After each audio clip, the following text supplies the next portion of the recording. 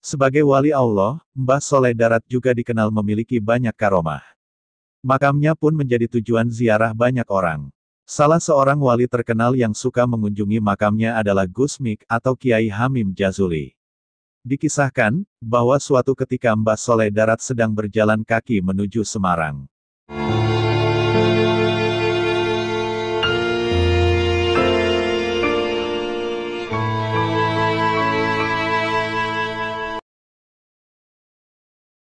Assalamualaikum warahmatullahi wabarakatuh.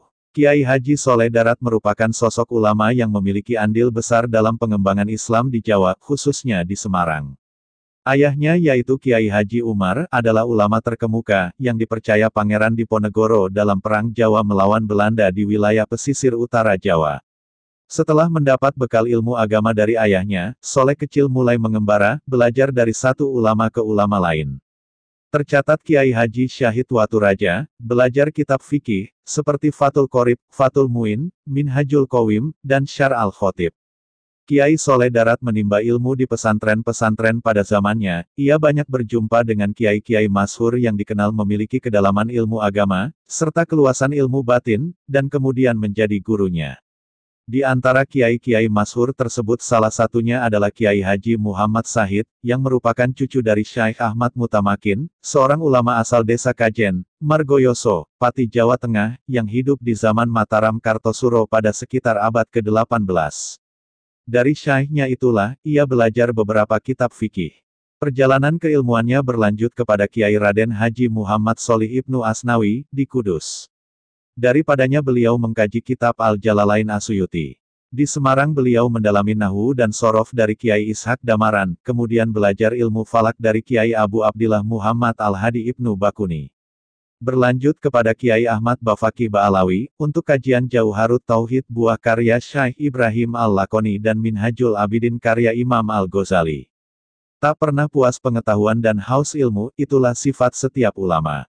Demikian pula beliau, nyantri kepada Kiai Syada, dan Kiai Murtado pun dijalaninya, yang kemudian menjadikannya sebagai menantu. Setelah menikah, Kiai Soleh Darat merantau ke Makkah, dia berguru kepada ulama-ulama besar, antara lain Syekh Muhammad Al-Mukri, Syekh Muhammad Ibnu Sulaiman Hasbullah Al-Maki, Sayyid Ahmad Ibnu Zaini Dahlan, Syekh Ahmad Nahrawi. Kemudian Sayyid Muhammad Saleh Ibnu Sayyid Abdurrahman Az-Zawawi, Syekh Zahid, Syekh Umar Asy-Syami, Syekh Yusuf Al-Misri dan lain-lain. Karena kecerdasan, kealiman dan keluasan ilmu serta kemampuannya, akhirnya Kiai Soleh mendapat ijazah dari beberapa gurunya untuk mengajar di Mekah. Selama di Mekah ini beliau didatangi banyak murid, terutama dari kawasan Melayu Indonesia. Beberapa tahun kemudian Kiai Soleh kembali ke Semarang karena ingin berkhidmat kepada tanah airnya. Beliau kemudian mendirikan pesantren di kawasan Darat Semarang, dan karenanya beliau dikenal sebagai Kiai Soleh Darat. Kepada murid-muridnya, Kiai Soleh Darat selalu menganjurkan agar mereka giat menuntut ilmu. Menurut beliau inti Al-Quran adalah, dorongan kepada umat manusia untuk menggunakan seluruh potensi akal budi dan hatinya, guna memenuhi tuntutan kehidupan dunia dan akhirat. Beberapa santri seangkatannya, antara lain Kiai Haji Muhammad Nawawi Banten, Syaikh Nawawi Al-Jawi, dan Kiai Haji Kolil Bangkalan. Sepulang dari Makkah, Kiai Soleh mengajar di pondok pesantren darat milik mertuanya, Kiai Haji Murtado. Semenjak kedatangannya, pesantren itu berkembang pesat.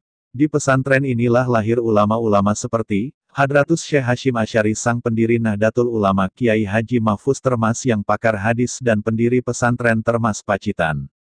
Kemudian Kiai Haji Ahmad Dahlan sang pendiri organisasi Muhammadiyah, Kiai Haji Idris pendiri pesantren Jamsaren Solo, Kiai Haji Syaban sang ahli ilmu falak yang tersohor, Kiai Haji Bisri Syamsuri, Kiai Haji Munawir Krapyak dan Kiai Haji Dalhar.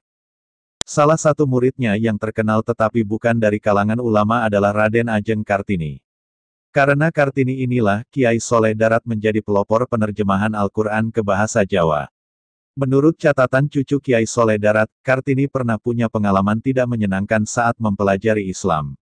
Guru ngajinya memarahinya karena dia bertanya tentang arti sebuah ayat Al-Quran.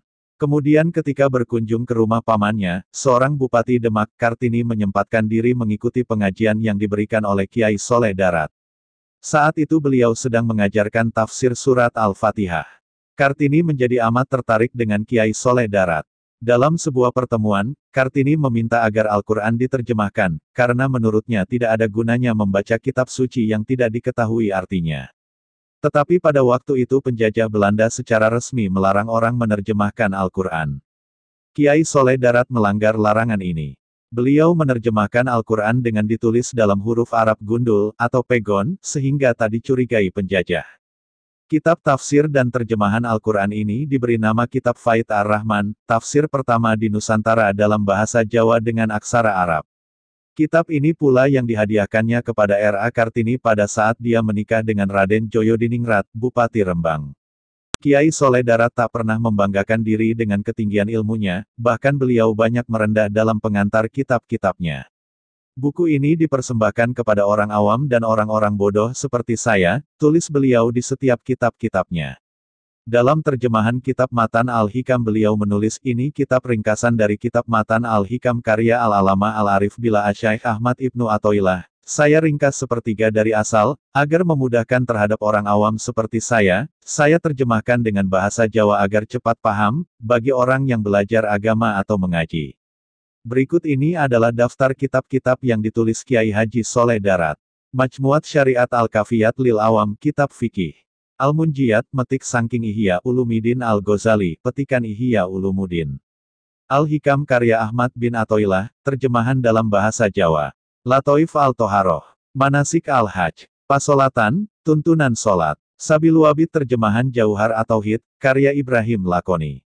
Minhajul Atqiyah, Tasawuf. Al-Mursyid Al-Wajiz, Ilmu-ilmu Al-Quran dan Ilmu Tajwid. Hadits Al-Miraj. Syarah Maulid Al-Burdah. Faid Ar-Rahman. Dan Asror As-Solah.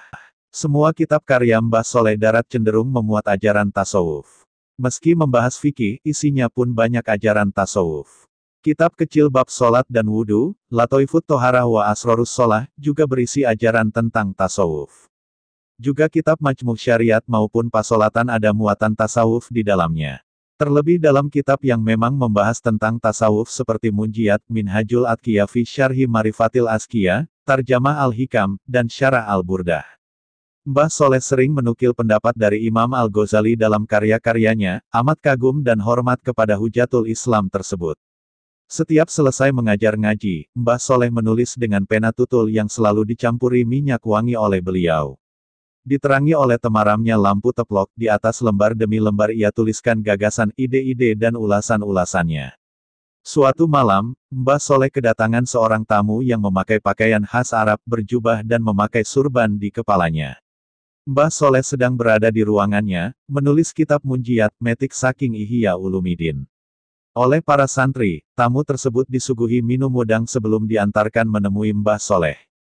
Para santri kembali ke langgar, deres pelajaran-pelajaran, dari ruangan di sebelahnya yang dipisahkan oleh dinding kayu, didengar oleh mereka sayup-sayup perbincangan antara Mbah Soleh dengan tamu tadi dalam bahasa Arab. Ketika malam telah semakin larut, sang tamu berpamitan, Mbah Soleh mengantarkannya sampai serambi rumahnya.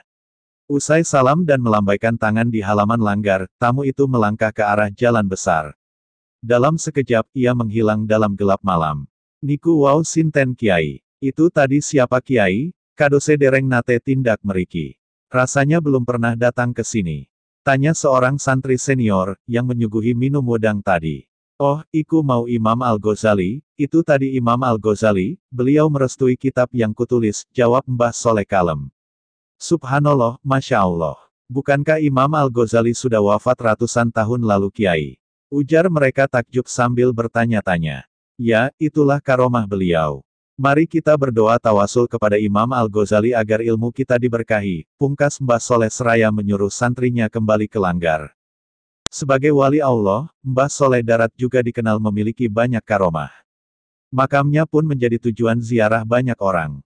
Salah seorang wali terkenal yang suka mengunjungi makamnya adalah Gus Mik atau Kiai Hamim Jazuli. Dikisahkan, bahwa suatu ketika Mbah Soleh Darat sedang berjalan kaki menuju Semarang. Kemudian lewatlah tentara Belanda berkendara mobil. Begitu mobil mereka menyalip Mbah Soleh, tiba-tiba mogok.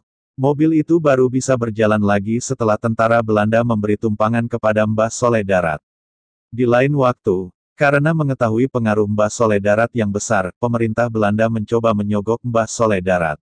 Maka diutuslah seseorang untuk menghadiahkan banyak uang kepada Mbah Soleh, dengan harapan Mbah Soleh Darat mau berkompromi dengan penjajah Belanda. Mengetahui hal ini Mbah Soleh Darat marah, dan tiba-tiba dia mengubah bongkahan batu menjadi emas di hadapan utusan Belanda itu. Namun kemudian Mbah Soleh Darat menyesal telah memperlihatkan karomahnya di depan orang. Beliau dikabarkan banyak menangis jika mengingat kejadian ini hingga akhir hayatnya. Mbah Soleh Darat wafat di Semarang pada hari Jumat Wage tanggal 28 Ramadan 1321 Hijriah atau tanggal 18 Desember tahun 1903, dalam usia 83 tahun. Meski meninggal bulan Ramadan, Hail Mbah Soleh Darat diperingati setiap tanggal 10 Syawal di makamnya, yakni di Kompleks Pemakaman Bergota Semarang. Barokallahu lana bi ulumihi amin. Wallahu a'lam bishawab. Kisah, dinarasikan jejak kiai, dirangkum dari berbagai sumber, semoga bermanfaat, amin.